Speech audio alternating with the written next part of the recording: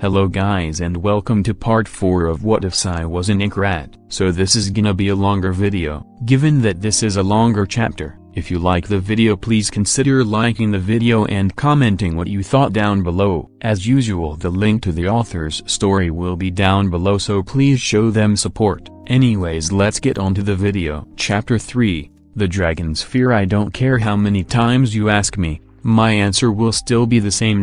2 hours after the defeat of Ilfang the Kobold Lord, the teleport gate to the second floor had opened up, and numerous players had come rushing in, cheering and whooping and jumping into the air. Among them were a few people who were among the raid party and were looking for me. They would not find me. I had long left the inner area of Rebus, although I was hanging around the outskirts watching the players. I was looking for someone who owed me a small favor.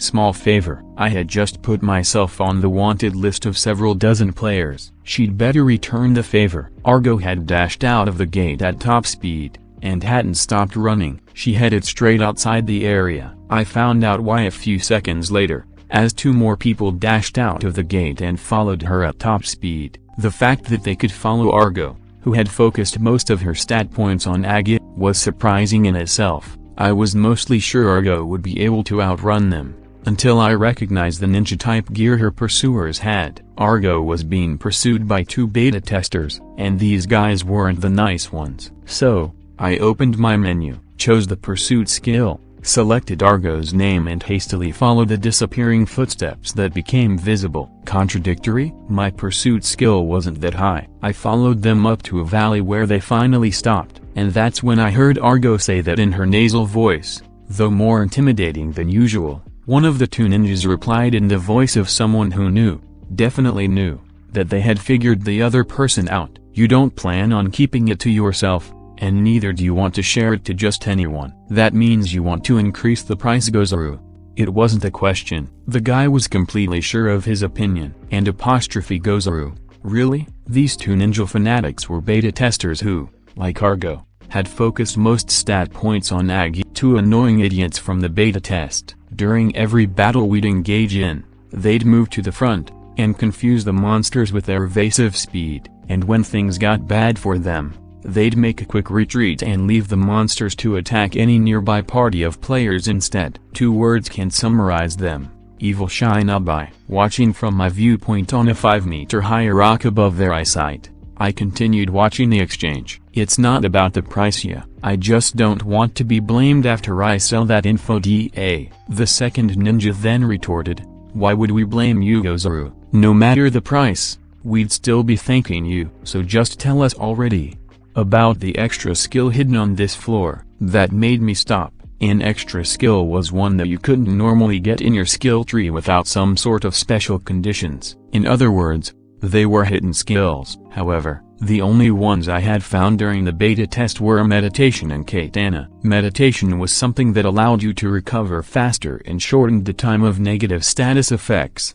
However, it was very useless and very lame. No player wanted to be seen sitting in the field in that stupid pose. And as for the katana skill, the one that the Kobold Lord had used, I still didn't know its requirements. Problem was, meditation could only be obtained on the 6th floor, and katana should have first appeared among the monsters on the 10th floor. And here we were, standing at the entrance of the 2nd floor's field. So I had no idea just what that skill was that only Argo and those 2 ninjas seemed to know about. And if I didn't know, then neither did most other testers. Ninja 1, I didn't recall their names, spoke up again. We'll pull it off today for sure, Gozaru. We'll do whatever it takes to gain that extra skill, Gozaru. Followed up Ninja 2. You guys won't understand, Argo retorted.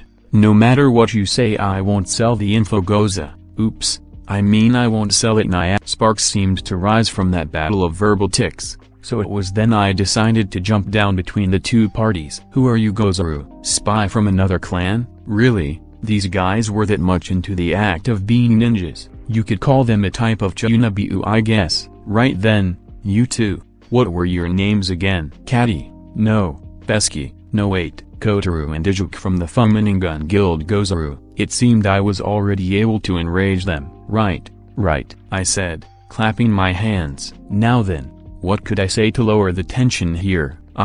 Of course, as a secret agent of the government, I can't overlook this action by the Fuma ninjas. I heard Argo slap her forehead. However, that only served to make those two Chunabiu more suspicious. You bastard, you're from my guard, aren't you? Seriously? Maybe I should have said, I'm an undercover member of the Koga. Too late for that though. They'd already simultaneously started drawing their weapons. To think they had gotten into the act so much that they wouldn't even hesitate attacking another player based on their Chunabiu delusions. I sighed, and steeled myself to fight. Help came from an unexpected direction. Caddy, Pesky and Argo were standing at the entrance of the field. In other words, they were still, by the game's parameters, within the safety of the city. While any attacks among players here would damage them, no monsters would approach this place. However, I was standing on a small cliff above them and just outside the boundary. And if a player stood for too long in one place of the field, what else could happen? I stepped back slowly, not intimidated by them. But what was behind them? Look behind you, I said. That's not gonna work on us. They shouted back in unison. Oh, I'm not kidding, just take a look. The two seemed to heed the tone of my voice and turned to look around, and came face to face with a 2.5-meter tall trembling ox, found only on the second floor. These things had a lot of attack power, as their imposing frame implied, and also had a very wide targeting range. That monster had located me when I had stepped into the field. By now, however, I had stepped back to safety. It was the two ninja, who had jumped back at my rival, who were in the cow's range. They dashed straight towards her bus in the distance. The cow would follow them right up to when they reached the inner area. I let out a breath after they had disappeared and the sound of the chase had faded. I then looked down at my appearance. Before the boss battle, I only had a plain gray shirt and black leather pants. Now, with the coat of midnight I got from the boss, along with my black hair and eyes, I probably gave off the impression of a ninja. Well, I wondered whether I should change just the inner shirt's color to prevent the Aincrad rumors that may start. Small arms stretched out and someone hugged me from behind. You know, that was pretty cool, Kip. It was a different tone than I was used to. Before I could reply, she continued, but isn't something like that against the rules of Ansan, the information dealer? For all my acting and drama, I had no idea how to reply to something like that. Being a gamer doesn't exactly mean you get along with other people a lot. I didn't even understand what the heck she even meant. Well, you owe me one anyway. Tell me why you have those whiskers. Argo was a small girl, with mousy hair and 3 whiskers on each cheek. Those were why she got the nickname Rat, but no one knew why she had them, and I was going to use my free info debt to find out.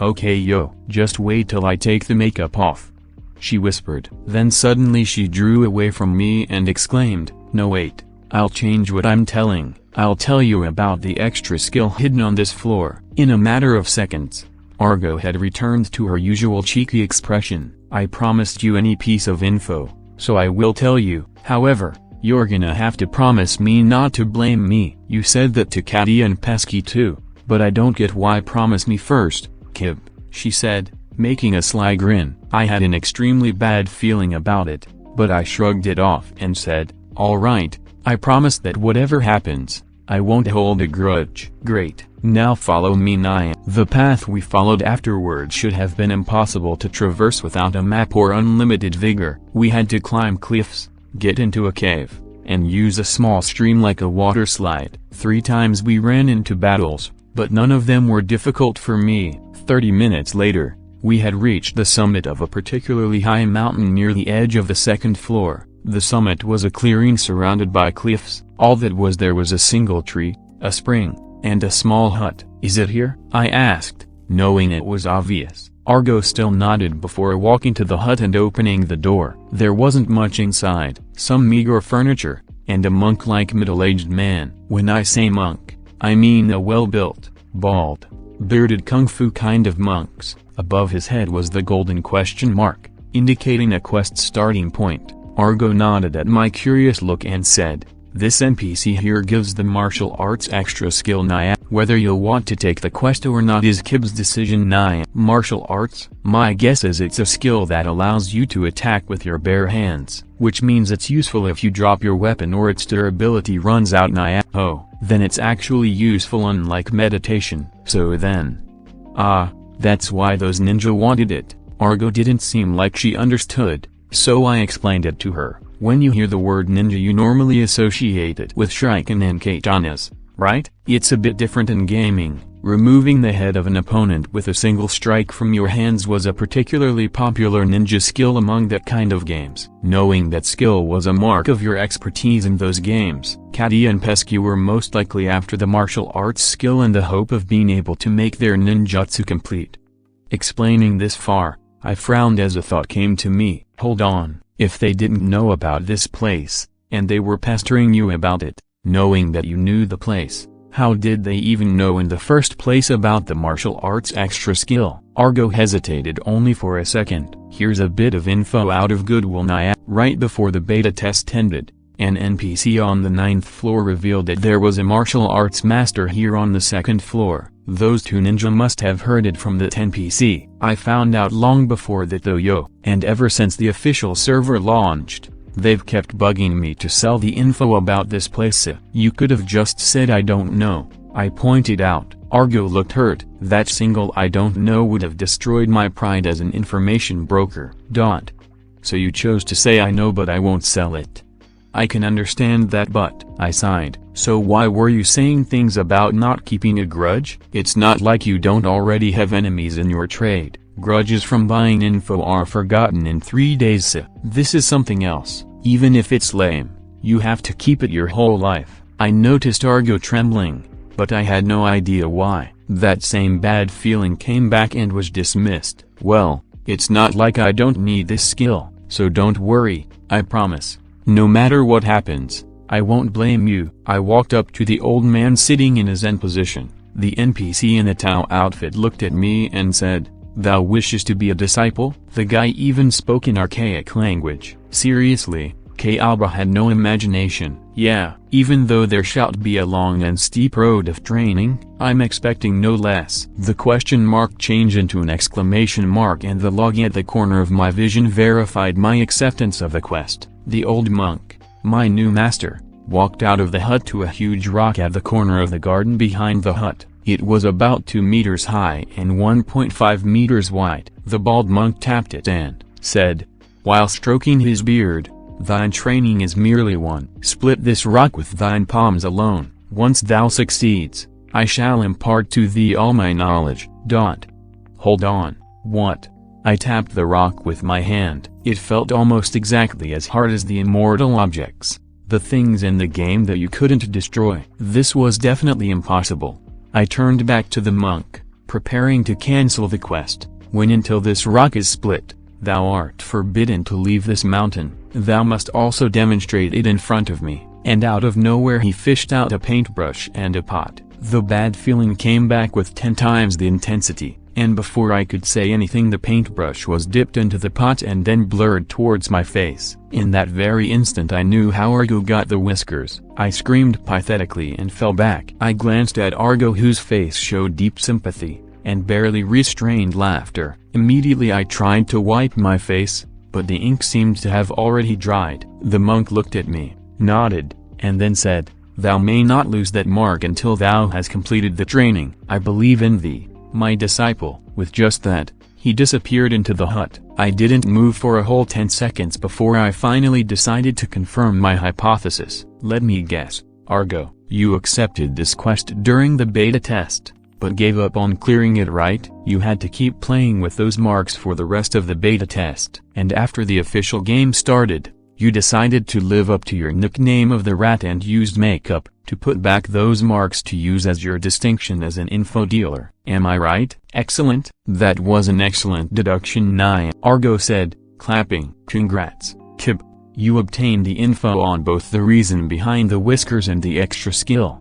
For free. Therefore I'll tell you something else for free. That rock, it's a demon Deo." I knew it. I sighed. As a last grasp at hope, I asked Argo, "Hey, are my markings similar to yours?" "Well, it's different." "Really?" Tell me it's not too bad. Hopefully I could cancel this quest and still return to my daily life while carrying these marks. Maybe people wouldn't even recognize me and I'd avoid the threat of being a beater. Argo looked at my face for 3 seconds, and then said in a slightly shaky voice, well, in one word, I guess it would be Naya. And with that, she finally exploded and fell to the ground in hysteria, limbs waving around as she laughed endlessly. For 3 whole days I stayed on that mountain, after which I finally managed to split the rock, and when Argo came back nearly half an hour after I had accomplished it, it was only because I had promised not to hold a grudge that I didn't decide to inflict some sort of torture on her. Argo did not know what to make of the boy, except that he was most definitely a pervert. It had been 3 days since she had seen Kirito on top of that mountain, and the fact that he was not around no doubt meant that he was still trying to break that rock. Argo couldn't help but be impressed at his will. If it was her who had gotten those markings, she would have worn a bandana around her face for the rest of her time in the game. And as such, Argo was sitting in one of the numerous Inzra bus head when she heard someone call her from behind. You're Argo the rat, right? Argo turned around to see a brown-haired boy in full armor. Recognizing what the armor was, she immediately realized, oh, this guy's a beginner. Naya, putting on her business smirk, Argo asked him, I am Naya, are you looking to buy information? Yeah, the boy said, hesitant. Argo also noticed how the boy's eyes traveled all across her. A vague dislike settled in her gut, but she decided to ignore that. This was business after all. Well then, Naya, what kind of info are you looking for? Rare items, quests, maybe even another player's personal data? I have everything you could ask for, Naya. Well, can I say this somewhere else? It's a bit embarrassing to say in public, especially in this kind of game. That perked up Argo's curiosity. This might lead to some new personal info to put in her stock. Curiosity killed the cat, people said, but curiosity could never kill a rat. Sometime later, Argo was genuinely surprised. You're telling me you can't use any weapons? The boy said, grimacing. I just don't feel right with any kind of weapon. I'm always getting scared of accidentally nicking myself with my sword. So, Argo eyed the short sword at the boy's side, which he had probably chosen more to lessen the danger to himself than to use on monsters. Well, then Naya, what is it you're looking for exactly? The boy sighed. Might as well just say it. Is there any sort of unarmed skill in this game? Argo paused, hiding her surprise. Was it really such a coincidence that only 3 days after she had told one person about the martial arts skill that someone else asked her about it? Maybe walls, or cliffs, did have ears. You know, yo, this is a game where you're supposed to use swords. That's why it's called Sword Art Online. The brown-haired boy groaned again. But there is something like an unarmed skill set. He looked at her, a faint enthusiasm in his eyes. Really? That's much better. I'd feel easier with using only my own fists. How much is that info? 50,000 call. Her latest customer looked like he had been struck by lightning. That's too high. That's way too high. Or, you could give me some info in return, Naya, she said, putting on a sly smile. I'm a tad curious, so I'll just ask. Is this your first time playing an MMO? What? Argo sighed. She knew why she asked the question. After the beater incident, she had wanted to live up to her status as a beta tester. And as a result, seeing the newbie in front of her, she felt like it was her duty to help him, for free, even. What exactly did you usually do to spend your time? She asked. Forgive me, Naya, but you don't look like someone who has many friends. That last comment was just a cheap shot for him looking all over her. Well, eroge, hentai, eroge, peeking, eroge, hentai, eroge. Wait, what do you mean by I don't look like I have many friends? Argo suddenly had a strange urge to stay as far away as possible from the boy in front of her. Try anything, Naya, and I will make sure you pay. At that, the boy looked confused. What am I gonna try? You don't even have much of pie. The two of them were in an inn where there was nobody around except NPCs. They were also within the inner area, where striking a player would not decrease his or her HP. And so, Argo jumped out, grabbed the boy's collar and, turning, flipped him face first onto the table. Hard, depending on what you say next, she said, completely calm. I can either whack you around this place for a while, and then leave, or I might decide to help you Naya. Okay, I'm sorry, please don't hurt me. Argo sighed once again and said, head to the city's gates, the one leading towards the mountains. I'll meet you there in 10 minutes, so go and get yourself ready. With that she let him go, and he dashed out. Luckily for Argo,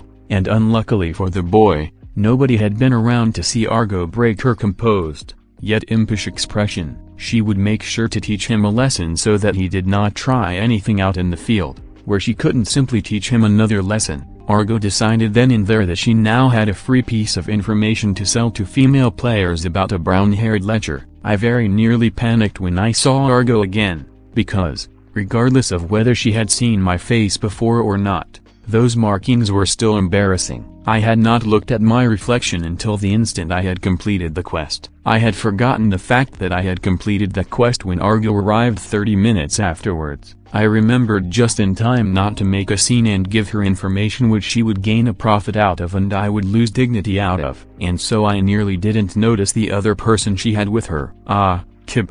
She exclaimed, noticing me. Then she noticed the lack of whatever it was on my face. Wow, congratulations, you cleared the quest. You are extremely lucky that I promised not to blame you, I said in the coldest voice I could muster. Argo could only laugh nervously at that. So, I asked, who's that? The boy finally looked at me and was about to introduce himself when Argo spoke up. Well, he's lecher.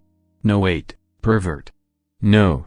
Hold on, was it voyeur? That isn't my game name or my real name, he exclaimed. You might as well make it one of those. Anyway, Kib, you can call him any one of those. The indignant brown-haired boy turned to me, and, out of habit, I checked his equipment. The short sword copper slicer was at his side, high in power, low durability and a small range. I then recognized his armor and groaned inwardly. Red protector, a red full body set of armor that offered extremely high-end boosts, plus it had a 10% chance of having the damage. It was available very cheaply at the first floor's shop. Why was it so easy to get? Because it had a ridiculously low durability. One beta tester had bought it and went off alone into the second floor field. He came back and yelled at the NPC for his money back, as it had shattered in just half an hour. The guy obviously had little to no experience with merp gaming. After I realized all that, he finally introduced himself. Nice to meet you.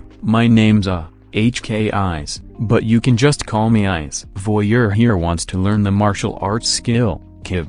Argo explained. I just told you my name for the 5th time. You're still lecher to me, yeah. That's a completely different name. Anyways, pervert here, Argo continued, ignoring Eyes completely. To his indignation, decided he wants to use only his hands and feet to fight. So I decided to bring him here. How much did you make him pay? I asked. I didn't need to, Nyan, she said, a malicious smile forming on her face. The payments in the quest itself. Remember? I didn't like the look on her face. I decided to spare Eyes' upcoming embarrassment, and told him, it'd be best for you if you left this place here and now. Hey, are you trying to scare me away? He said, looking determined. I didn't follow her through all that just to go back again. All that? It was only a few cliffs, a couple of battles and a stream. There was an easier way. He turned his angry gaze on Argo, who merely stuck her tongue out. Kib, don't discourage him, Tilda. He really wants to learn that skill after all, I sighed. Alright, follow me, Eyes, I said to him, but I'll give you a small piece of advice. Run while you still can. If you try to run, I'm going to drag you back, Naya, Argo countered. Eyes looked confused at our words, and then decided to take the quest anyway. I led him to the hut. About 2 minutes later, all 3 of us were at the newly rejoined rock, and he was yelling his brains out at Argo, who was once again rolling on the ground laughing. You didn't tell me I had to go through this. You never asked ya, Argo replied between breaths. I did try to warn you, I said meekly. You should have warned me better. Argo finally stopped laughing, and wiped the tears from her eyes. So then, I'll leave him in your care. Kib, hey, hold it, Eyes yelled. You still haven't apologized for leading me the long way around the mountains. If I hadn't taken the long way, we'd be getting into a lot of fights, which you Being a newbie, probably wouldn't survive. The one fight we did get into was avoided by use of my agi, so you owe me quite a bit, Argo said in a steely tone that shut Eyes up. Oh. In that case, thanks. Argo huffed at that and then left. Eyes actually managed to split the rock a few hours before I had managed to, which was a slight blow to my pride. He was a beginner, I was a beta tester, and yet he surpassed me. Otherwise, Eyes, you could say, became my fourth friend in Aincrad. I helped him out during his training, teaching him some things a gamer should know, and in return he provided a training post for me. Okay, maybe I'm exaggerating, but seriously, he really wasn't very good. Whenever he swung his short sword, he'd have this expression on his face going, "Don't let it touch me."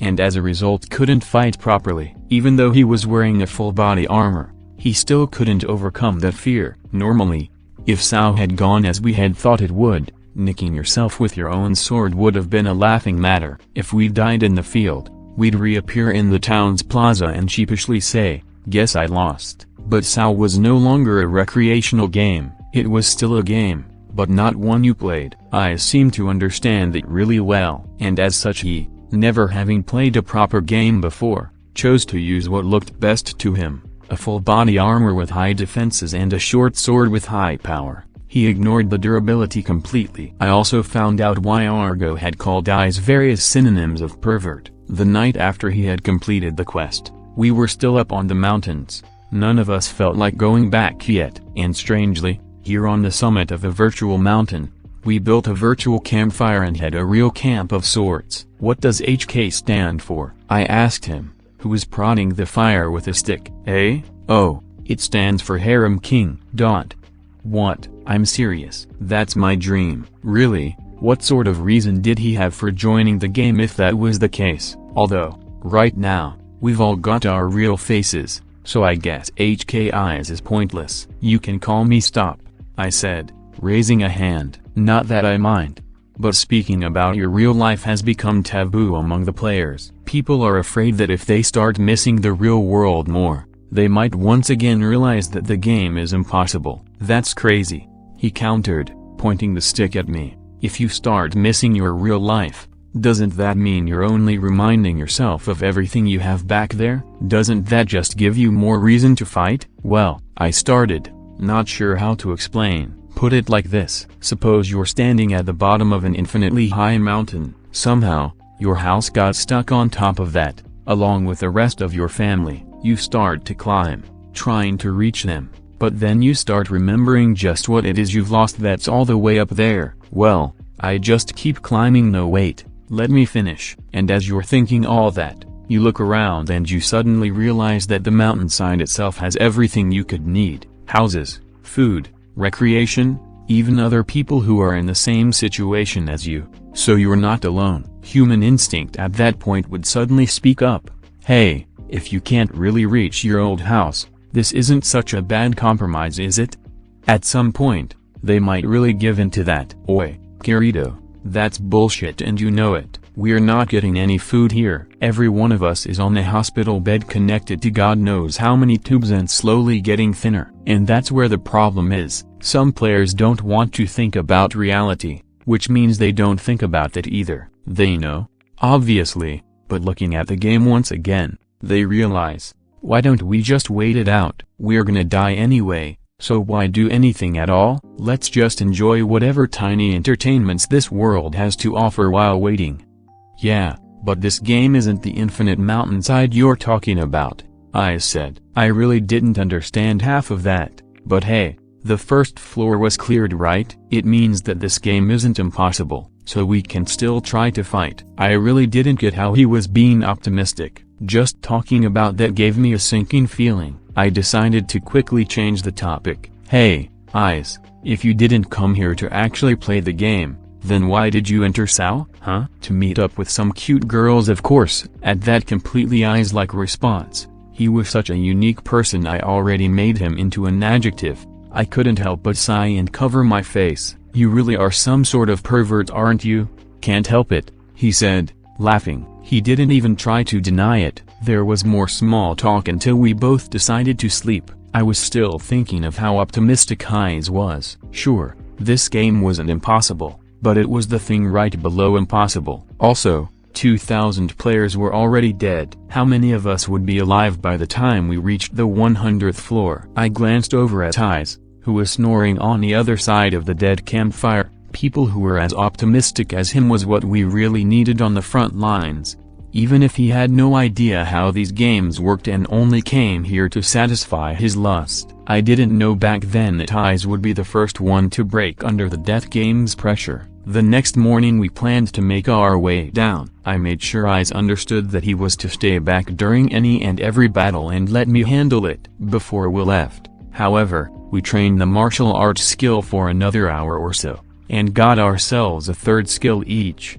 I took the time to explain to him about the lag that happened in between special skills, and he nodded, but I'm not sure he realized how important that was. He clearly didn't. And that was part of the reason why what happened had happened. The two of us had only walked so far that the hut was still in the distance. That summit counted as a safe area in the field, as no monsters approached the place. But if you walked about 5 minutes down the mountain from there, you'd start being attacked by enemy mobs. We had formed a party and the two of us were taking a different path, a shortcut. By combining our two map data, we'd found that neither of us had really come the easiest way. There was a clearing somewhere down below which led to a straight path hidden by shrubbery directly towards the entrance of the field. I really should have stopped to wonder why Argo had skirted around that area. I should have remembered what an empty clearing meant inside and merp. Hey, I suddenly said, stopping and bending down. What's this? At his feet was an odd plant with very bulbous leaves. Leave it, I said, my sense beginning to come back. In a place like this, it really shouldn't be touched. The plant was giving me a very bad feeling of copyright Yavu. I said, hey, it could also have some sort of hidden item, right? Yeah, that does happen in games. Too late. I remembered what that plant was. Eyes touched it, and the leaves exploded, releasing light purple gas of sorts. Damn it, I shouted, unsheathing my sword and turning around. Where were they gonna come from? Which direction? Bellows sounded, from all around us. Issei panicked and also drew his copper slicer. Sorry. He yelled over the noise. Say that after we get out alive, I yelled back. We both readied ourselves, and then the worst possible situation happened. A huge horde of monsters charged out of the trees. There were over a dozen of them, and still the sounds came from the forest. Issei yelled in fear as the two of us drew closer in the center of the clearing, facing the approaching beasts. Black Rhino, a huge black rhino as its name implied, with bloodshot red eyes and a horn that glinted like steel. They had very little HP but a lot of N due to their thick hide. They were also first found on the 3rd floor, and a certain type of trap on that floor involved a scent bulb plant which exploded at the slightest touch, calling in huge numbers of them. Avoid the horns, I yelled instructions to Issei. If they hit you with anything else, you'll barely get any damage. If not, that armor of yours will easily break. Also, aim for their eyes. Glancing back, I saw him shaking. Had he been in any real battles yet? I didn't have time to think about that as both of us raised our swords and began hacking away at the first wave.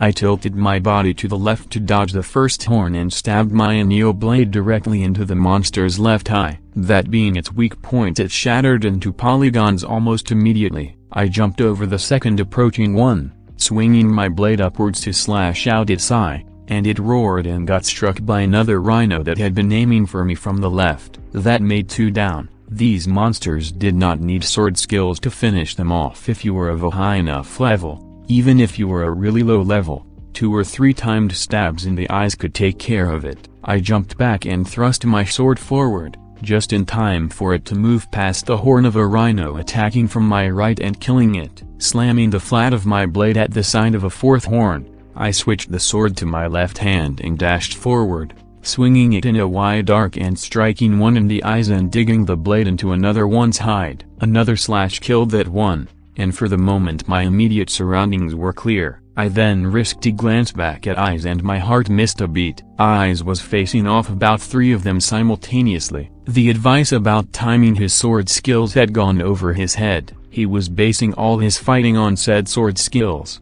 while taking strong hits during the lag. The green light of thrust shone as he luckily managed to hit one just above its eyes. While the polygons scattered, another slammed its horn against the red armor. At the corner of my vision his HP bar entered the yellow zone, while cracks appeared on the red protector. A bellow brought me back to my immediate worries. I let my instinct take over, and blindly slashed my sword, still in my left hand, towards the left. It clanged off a horn, but the impact had caused the stun effect. With all other rhinos still just outside danger range, I dashed to Issei's help. Just as the armor broke, Issei screamed in terror, and a horn glanced off his hand, knocking the short sword away. Having lost that, he went crazy, and began wildly attacking them with his hands and feet. 2 rhinos approached me from both sides, and one from behind. At that moment, I decided to do something extremely stupid. I jumped up, and the 2 beasts at the sides collided and ricocheted back far enough to clear a path. Still in midair, I reached out and grabbed the horn of the rhino that was behind me. A shock traveled across my arm, and I lost some HP, but I was now on top of that rhino. I rode on it, hacking away at all other nearby monsters, and when it reached Issei, I stabbed out its eyes and jumped off the instant before it shattered into polygons. There was a sudden glow at my corner. Issei's HP had entered the red zone. He must have seen it too, because then he yelled even louder and got into the motions for the strongest martial arts skill he had learned. I had to reach him fast.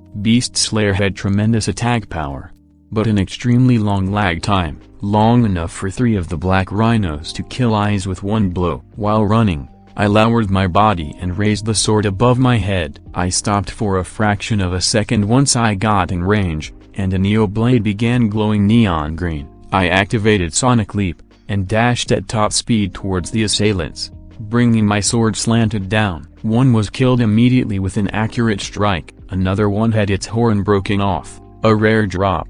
The gamer me thought at a corner of my mind, while the glowing Neo blade cut straight through the jaw of the third. Issei launched his skill, and his fist, glowing deep red, shattered the horn of a fourth and straight into its face. The hornless rhino had been inflicted with stun, thanks to the blow to the horn, but the third one was still fine. With just a fraction of its HP left, it charged Issei at full speed. The resulting impact blew him 10 feet away. I didn't have time to call out his name. The instant my lag ended I jabbed my sword into the backside of the attacker, and pulling it out, cut off another one's eyes in the same stroke. 2 of them, just outside my range, headed to where Issei had fallen. The last 2, using my speed as a front-line player, I raced them. When I was parallel to the one on my right, using a backhanded grip I stabbed it in its weak point. The polygons dispersed behind me as I worked to get in front of it. Overtaking it, I turned around and, pointing the sword straight at it, I brought my arm backwards. The scarlet glow and Vorpal strike destroyed the horn and the skull of the final rhino, and then, the entire field was silent. I hurried to where Issei was, bringing out my strongest potion as I did so. Reaching him, I shoved the bottle straight into his mouth, and glanced towards his HP bar. My heart stopped. Issei's HP 01596. Slowly, the potion began to take effect. As Issei finally sat up, shivering in abject terror, "Drink the whole thing quickly," I urged, handing him a second bottle once the first was emptied. However, he didn't seem to hear me. He was staring blankly forward, and while I was right in front of him, he didn't seem to see me either. One HP, yeah, 1 HP. You got lucky, you survived, now drink it up.